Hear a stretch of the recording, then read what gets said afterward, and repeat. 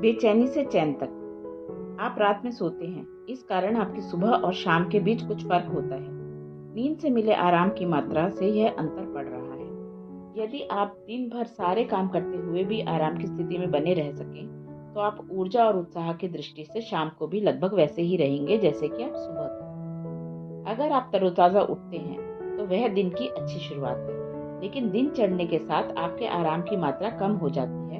आप धीरे धीरे तनाव महसूस करने लगते हैं। यह याद रखना महत्वपूर्ण है कि यह तनाव काम की वजह से नहीं है। हर किसी को लगता है कि उसका काम तनावपूर्ण है। कोई भी काम तनावपूर्ण नहीं होता। तमाम काम ऐसे होते हैं जिसमें चुनौतीपूर्ण स्थितियां आ सकती हैं। हो सकता है कि बॉस दुष्ट हो, सहकर्मी असुरक्षित महसूस करते हो, आकस्मिक काम आ जाए, असंभव सी अंतिम तिथि हो, या हो सकता है कि आप खुद को युद्ध क्षेत्र के बीच पाएं। किंतु ये अपने आप में तनावपूर्ण नहीं है। जिस परिस्थिति में हम हैं, उसके लिए हमारी विवशतापूर्ण प्रतिक्रिया ही तनाव पैदा करती है। तनाव आंतरिक घर्षण का एक विशेष स्तर है।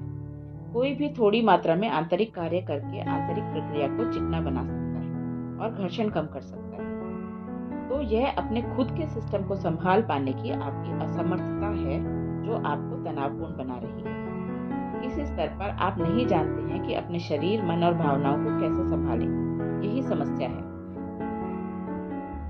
तब आप अपने शरीर को तनाव से मुक्त कैसे रखें, ताकि सुबह हो या शाम आप उत्साह, आराम और प्रसन्नता के उस स्तर पर बने रहें। एक औसत व्यक्ति का पेट खाली होने पर हृदय गति लगभग 70 से 80 के बीच होती है। सही प्रकार के ध्यान का अभ्यास करने वाले व्यक्ति के लिए यह 30 से 40 तक होती है। भरपेट खाने के बाद भी उसके लिए यह 50 के आसपास ही रहेगी। यह बस एक लक्षण ही आपके शरीर की पल पल बदलती आराम की स्थिति के स्तर को बताता है। आराम की स्थिति वास्तव में शरीर के पुनर्निर्माण और कायाकल्प करने की क्षमता तय करती है।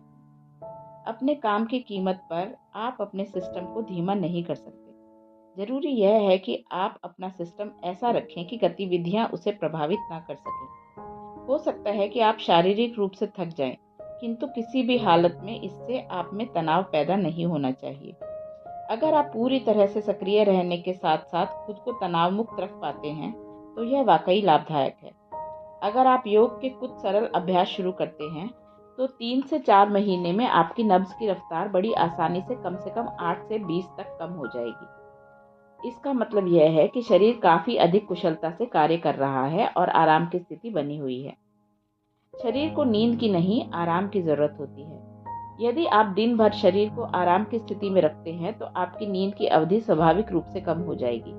यदि आपका काम, आपका टहलना और व्यायाम करना भी आपके शरीर के लिए आराम की तरह है, तो आपके सोने की अवधि और कम हो जाएगी। आजकल लोग हर चीज को बड़ी मेहनत से करना चाहते हैं। मैं देखता हूँ कि लोग पार्क में टहलते समय भी तनाव में रहते हैं। आप चाहे टहलें या दौड़ें, आप इसे आसानी से और प्रसन्नता के साथ क्यों नहीं कर सकते? अगर आप इसे भी ऐसे करते हैं जैसे युद्ध लड़ रहे हों, तो फिर व्यायाम से लाभ के बजाय नुकसान हो जाएगा। जीवन से युद्ध मत कीजिए। आप जीवन के दुश्मन नहीं हैं, बल्कि आप स्वयं ही जीवन हैं। बस इसके साथ तालमेल में आ जाइए और आप देखेंगे कि आप इससे कितनी आसानी से गुजरते हैं। अपने आप को फिट और स्वस्थ रखना कोई लड़ाई नहीं है। कुछ ऐसी गतिविधियां कीजिए जिनमें आपको आनंद आता है। कोई खेल खेलिए, तैराकी कीजिए, टहलिए या दौड़िए।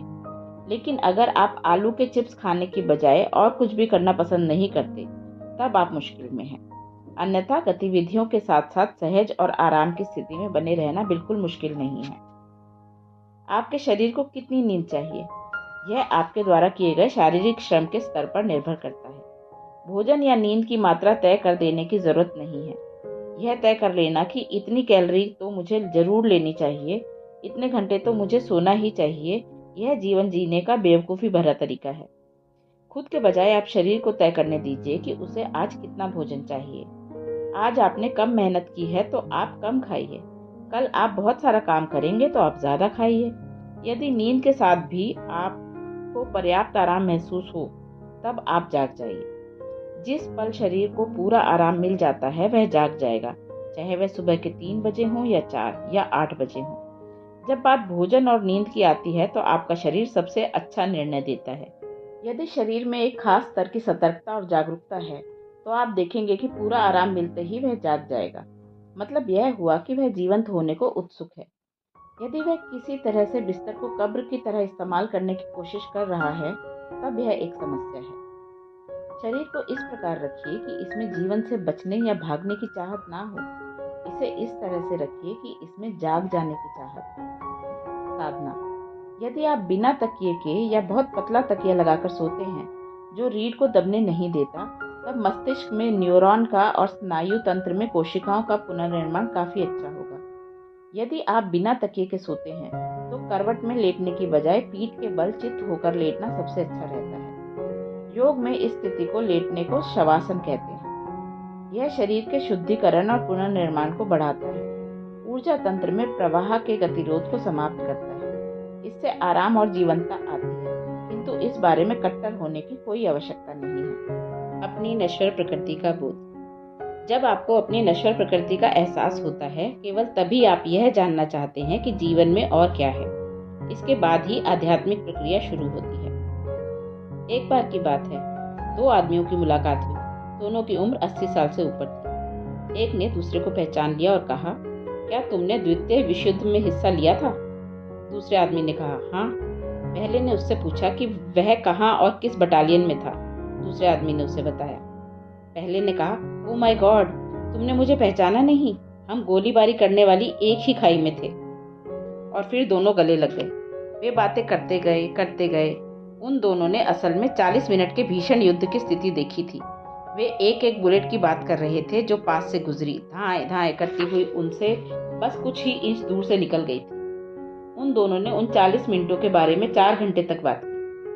जब उन 40 मिनट के बारे में वे हर चीज कह चुके जो वे कह सकते थे, तब एक ने दूसरे से पूछा, अच्छा यह बताओ, युद्ध के बाद से तुम क्या कर रहे हो? अरे पिछले 60 साल से मैं बस एक सेल्समैन हूँ।